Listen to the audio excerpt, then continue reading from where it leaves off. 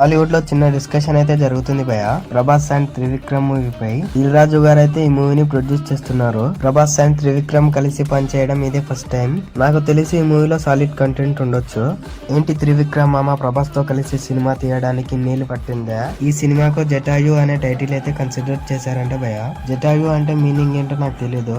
మీకు తెలిస్తే కామెంట్ చేయండి మామ. ఈ మూవీ మైథలాజికల్ డ్రామాగా రాబోతుందంట మామ.